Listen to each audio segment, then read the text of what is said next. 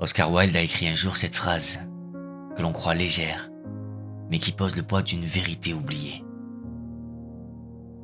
S'aimer soi-même est le début d'une histoire d'amour qui durera toute une vie. Arrêtez-vous un instant sur ces mots. Il ne parlait pas ici de vanité, ni de ce regard complaisant que l'on jette à son propre reflet dans le miroir. Il ne parlait pas de l'orgueil qui sépare les hommes, mais de la paix qui les rassemble. Il parlait de la fondation même de votre être, du sol sur lequel vous marchez chaque jour. Car voyez-vous, il existe un malentendu originel sur l'amour de soi. Dans notre course effrénée vers l'approbation du monde, nous avons fini par croire que s'accorder de la valeur était un acte d'égoïsme. Pourtant, je vous le dis, c'est tout l'inverse. Le véritable égoïsme naît de la peur et du manque. L'amour de soi, lui, est la source de toute générosité durable. Sans lui, nous sommes comme des coupes brisées, tentant d'abreuver les autres. Nous nous vidons sans jamais pouvoir offrir véritablement. Ce dont je veux vous parler aujourd'hui porte un nom que nous prononçons rarement à voix haute, tant il nous effraie. C'est le désamour de soi. Cette carence affective interne, silencieuse et insidieuse, qui creuse en vous un vide que rien ne semble pouvoir combler. Vous connaissez peut-être cette sensation étrange d'être un imposteur dans votre propre existence. Cette impression de porter un costume qui n'est pas le vôtre, d'attendre que quelqu'un, quelque part, découvre enfin que vous n'êtes pas à la hauteur. Observez avec quelle dureté vous vous traitez dans le secret de vos pensées. Il y a en vous un tribunal qui siège nuit et jour, un juge impitoyable qui ne laisse rien passer. Si vous parliez à un étranger ou même à un ennemi, avec la même sévérité que celle que vous vous infligez, vous serez terrifié par votre propre violence. Pourquoi cette intransigeance ? Pourquoi refusez-vous à votre propre cœur la clémence que vous offrez si facilement à celui qui passe ?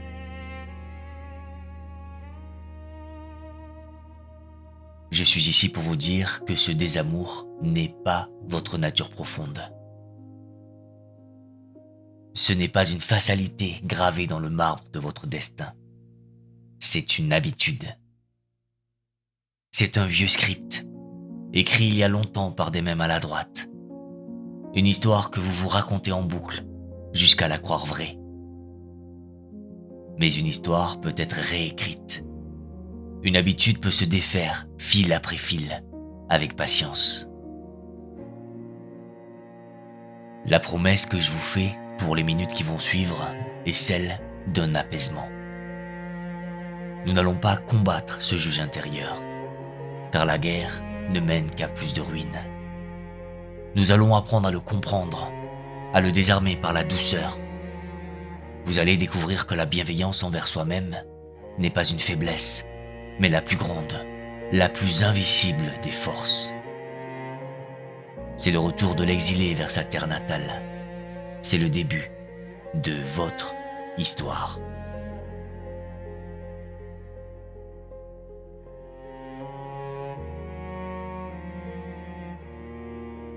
Entrons maintenant, si vous le voulez bien, dans l'architecture invisible de votre esprit.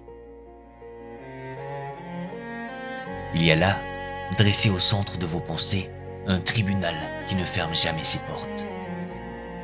Sur le banc des accusés, c'est vous qui êtes assis, encore et encore. Et face à vous, dans l'ombre de la salle d'audience, siège un juge qui semble tout connaître de vos failles. Je vous invite à regarder ce juge, à le regarder vraiment. Ce n'est pas vous. Ça n'a jamais été vous. Lorsque vous êtes arrivé au monde, votre esprit était comme un ciel clair, sans nuages, sans jugement. Mais au fil des années, vous avez laissé entrer d'autres voix. Les avertissements des parents inquiets, les moqueries de la cour d'école, les exigences froides de la société, les normes impossibles de la réussite. Vous avez pris ces pierres, une à une, et sans le savoir, vous avez bâti ce tribunal. Vous avez internalisé ces autorités extérieures jusqu'à ce qu'elles deviennent une seule et même voix, celle de votre critique intérieure. Imaginez un instant que vous vivez dans une belle maison, lumineuse et ouverte. Mais dans cette maison, il y a un locataire indésirable. Un invité qui a oublié les lois de l'hospitalité et qui vous suit de pièce en pièce. Lorsque vous vous regardez dans le miroir, il est là, chuchotant que vous n'êtes pas assez beau.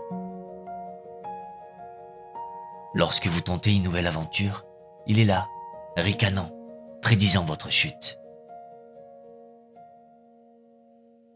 Lorsque vous riez, il vous rappelle que vous avez des devoirs, que vous n'avez pas mérité cette joie. Le locataire commente chacun de vos gestes, chacune de vos paroles, répandant une cendre grise sur les couleurs de votre vie.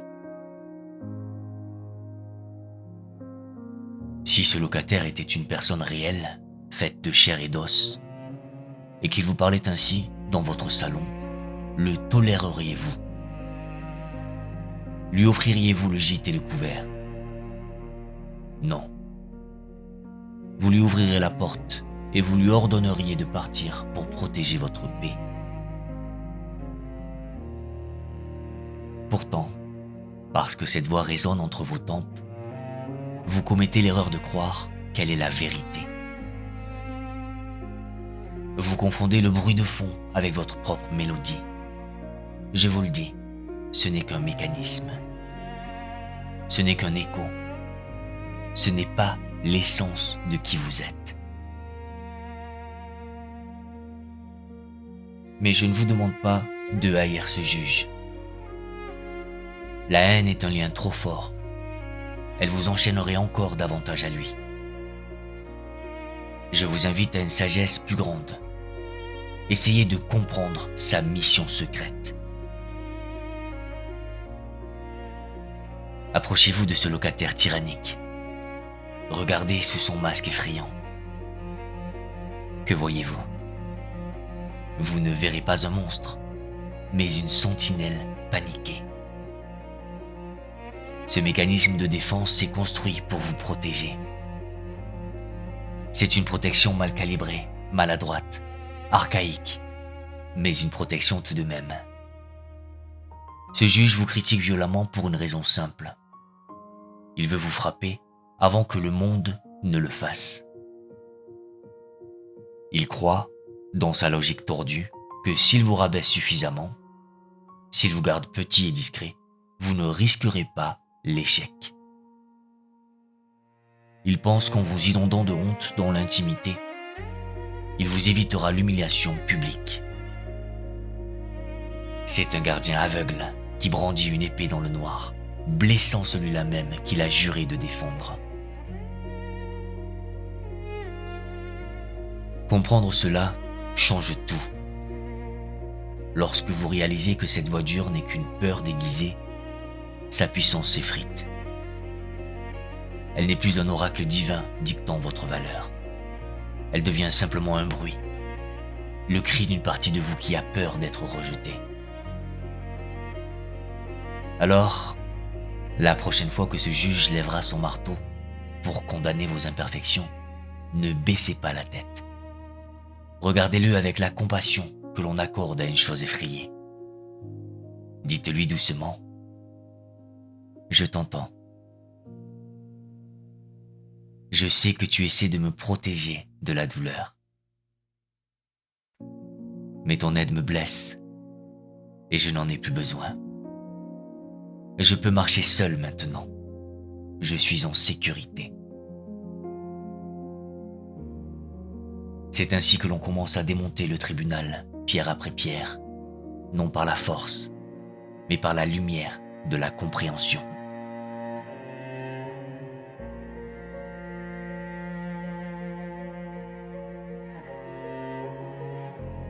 Il est temps de dénouer un nœud serré qui étouffe votre cœur depuis trop longtemps. C'est une vieille croyance, une chaîne invisible transmise de génération en génération, qui murmure que s'occuper de soi est un péché et que l'oubli de soi est la seule vertu. Combien de fois avez-vous reculé devant votre propre bien-être par peur d'être taxé d'égoïste? Combien de fois avez-vous dit oui aux autres alors que tout votre être hurlait non, simplement pour ne pas décevoir, pour ne pas paraître centré sur vous-même? Je vous invite à déposer ce fardeau, car il repose sur une immense confusion. Il faut tracer une ligne claire, nette comme l'horizon sur la mer, entre l'égocentrisme et l'amour de soi. L'égocentrisme est un gouffre, il est affamé, il prend, il utilise l'autre pour se rassurer. Il demande au monde de tourner autour de sa petite personne. C'est un cri d'enfant qui exige. L'amour de soi, lui, est tout autre chose. Il est une préservation sacrée. Il ne dépend pas du regard de l'autre. Il est silencieux et stable. S'aimer, ce n'est pas se croire supérieur.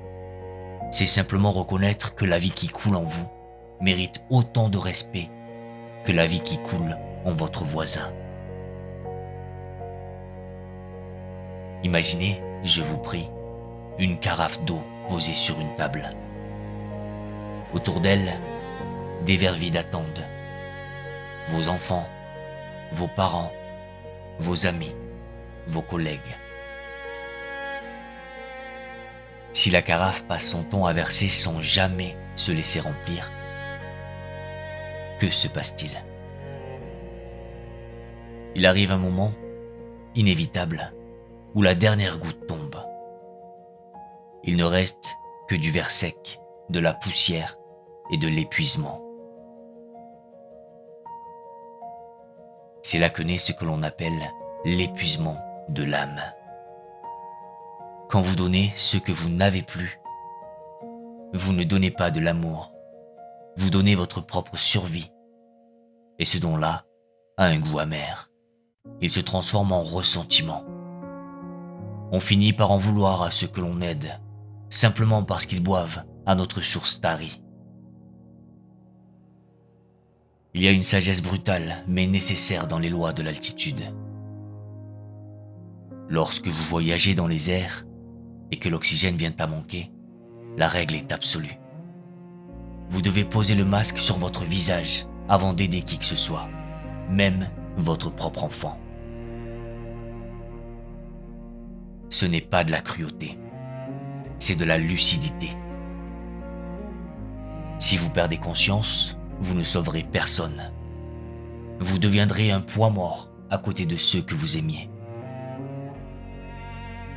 S'aimer soi-même, c'est accepter de respirer d'abord. C'est maintenir sa propre lumière vivante pour qu'elle puisse éclairer le chemin des autres. Le grand explorateur de la psyché humaine, Carl Jung, nous a enseigné que ce que nous ne voulons pas voir en nous-mêmes, nous le projetons sur le monde.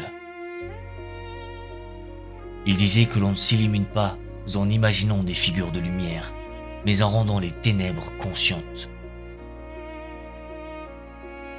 Voyez-vous, une personne qui ne s'aime pas est une personne en guerre. Et une personne en guerre avec elle-même finit toujours, malgré elle, par exporter cette guerre à l'extérieur. Elle cherche chez l'autre la validation qu'elle ne se donne pas. Elle devient jalouse, possessive ou exigeante. À l'inverse, faire la paix avec soi-même est un acte de haute responsabilité civique. C'est un cadeau immense que vous faites à votre entourage. lorsque vous prenez soin de vous, lorsque vous guérissez vos plaies et apaisez vos tourments, vous libérez les autres de la charge de vous porter. Vous devenez un être plein, autonome, capable d'aimer non pas par besoin, mais par débordement. Votre amour n'est plus une quête, il devient une offrande. Alors, ne craignez plus de fermer votre porte pour vous reposer. Ne craignez plus de dire « j'ai besoin de temps ». Ce n'est pas un vol commis au détriment des autres. C'est l'entretien nécessaire de la source pour que l'eau puisse couler claire et abondante pour les jours à venir.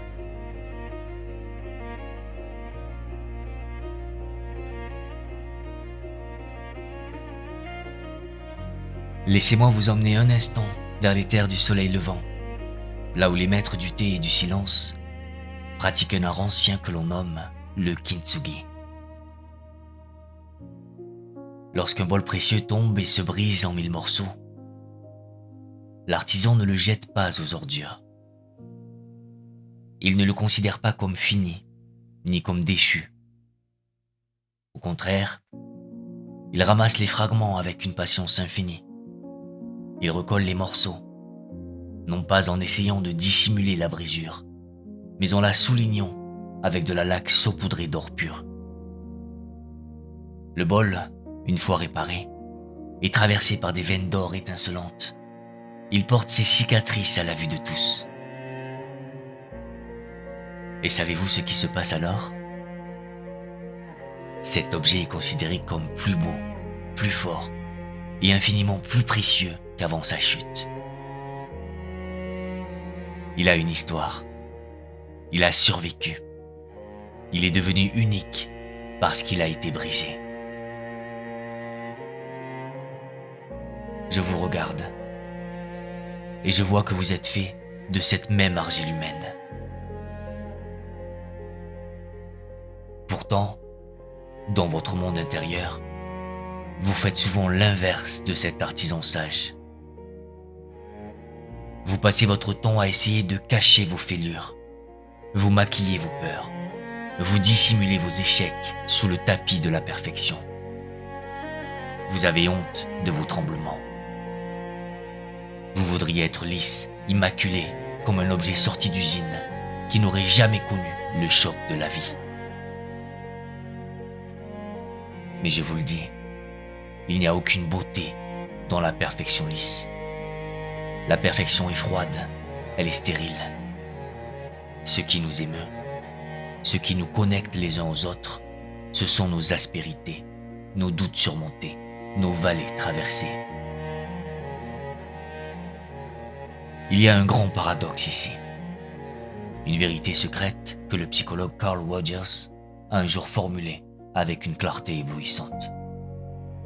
Il disait « C'est curieux, mais c'est seulement lorsque je m'accepte tel que je suis que je peux changer. » Écoutez bien ce paradoxe. Tant que vous êtes en guerre contre vos défauts, tant que vous regardez vos faiblesses avec dégoût, vous êtes figé. La haine de soi est une colle puissante qui vous maintient immobile. Elle vous crispe, et rien ne peut pousser sur un sol gelé par le mépris. On ne peut pas guérir de ce que l'on refuse d'abord d'embrasser. L'acceptation, au contraire, est comme un dégel. Dire oui, je suis ainsi aujourd'hui. Oui, j'ai cette peur. Oui, j'ai commis cette erreur. C'est permettre à la rivière de circuler à nouveau. Ce n'est pas de la résignation, c'est de la reconnaissance. Et c'est dans cet espace de reconnaissance que le mouvement redevient possible, que la croissance reprend ses droits. Alors, je vous invite à un geste de douceur radicale. Regardez vos cicatrices, celles qui marquent votre peau, et celles, invisibles, qui zèbrent votre mémoire. Ne les voyez plus comme des preuves de votre indignité. Ne les voyez plus comme des taches sur votre CV d'être humain. Elles sont votre cartographie. Elles sont la preuve tangible que vous avez affronté des dragons, que vous avez traversé des tempêtes et que vous êtes encore là, debout, respirant. Elles sont les lignes d'or de votre propre kintsugi. Une vie sans échec, sans tristesse, sans maladresse, serait une vie qui n'a pas été vécue. Ce serait un livre aux pages blanches. Vous avez écrit des chapitres. Certains sont raturés. Certains sont tachés d'encre ou de larmes, mais ils sont vrais. Embrassez votre imperfection. Elle n'est pas une faille dans le système. Elle est la signature de votre humanité. C'est par vos brisures que la lumière entre, et c'est par elle que votre lumière peut sortir pour toucher le monde. Vous n'êtes pas cassé. Vous êtes en train de devenir de l'or.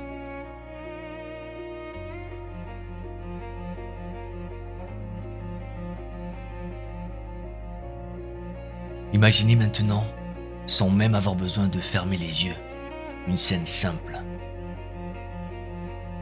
Si un ami cher, une âme que vous chérissez par-dessus tout, venez frapper à votre porte ce soir, le visage baigné de larmes, écrasé par un échec ou une douleur, que feriez-vous?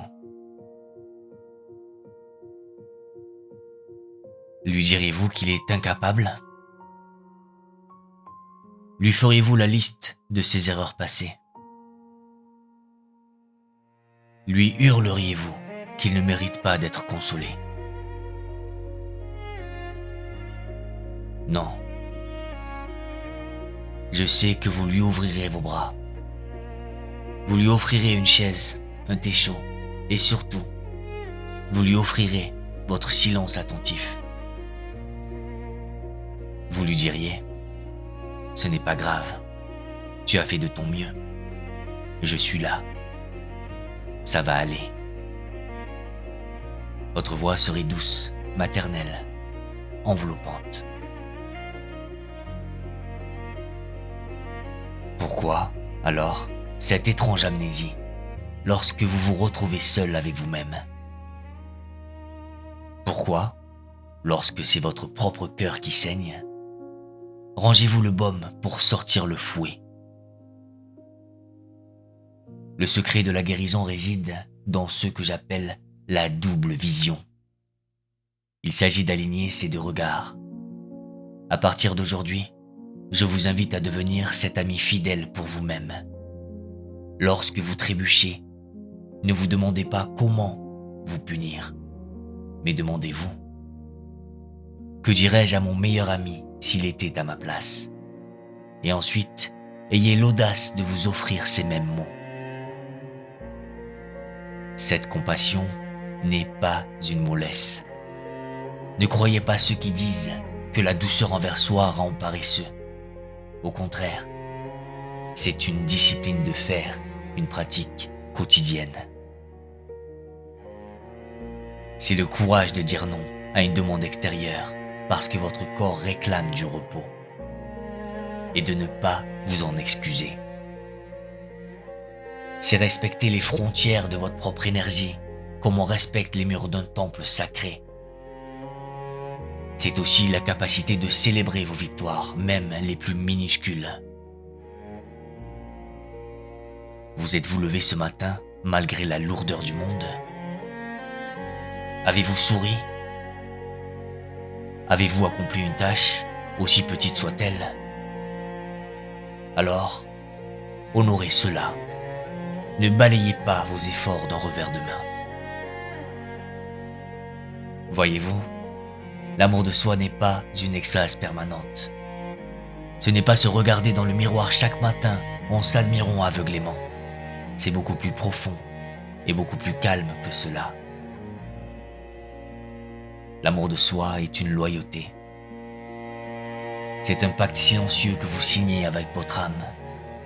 C'est la promesse que, même les jours de tempête, même les jours où vous ne vous sentez pas aimable, même les jours où vous avez tort, vous ne vous abandonnerez pas. Vous ne vous laisserez pas tomber. C'est décidé, une bonne fois pour toutes, de cesser d'être votre propre bourreau pour devenir votre propre refuge. C'est bâtir un lieu où, quoi qu'il arrive au dehors, vous serez toujours accueilli avec chaleur.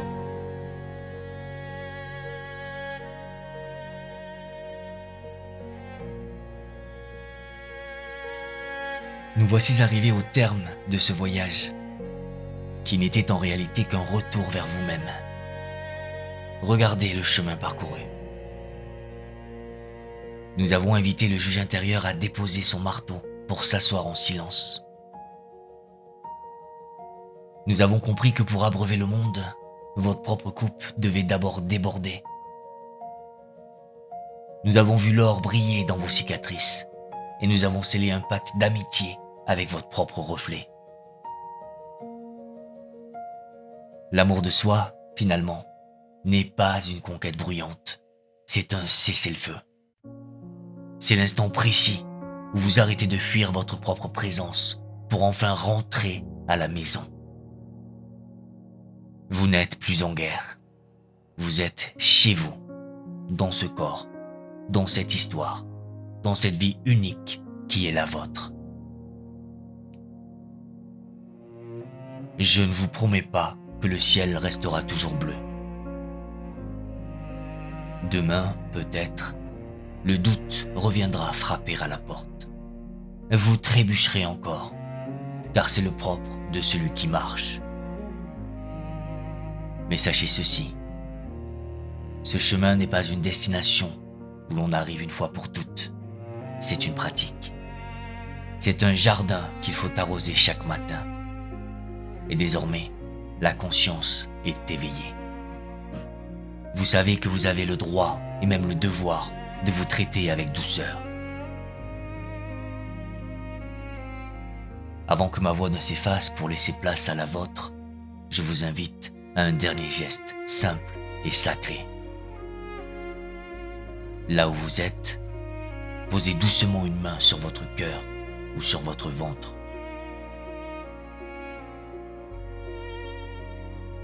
Sentez la chaleur de votre paume contre votre peau. Sentez ce rythme qui bat pour vous, sans jamais faillir, depuis votre premier souffle.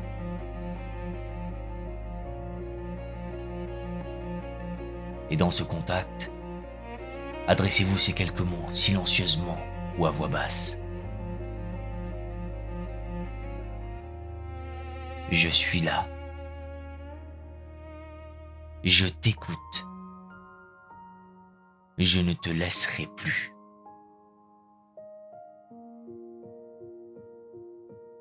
Je vous remercie, non seulement de m'avoir prêté votre attention, mais surtout pour le courage que vous avez eu de prendre ce temps pour vous. Le simple fait d'avoir écouté ce récit jusqu'au bout est la preuve vivante que cet amour existe déjà en vous. Il a déjà commencé son œuvre. Prenez soin de ce trésor.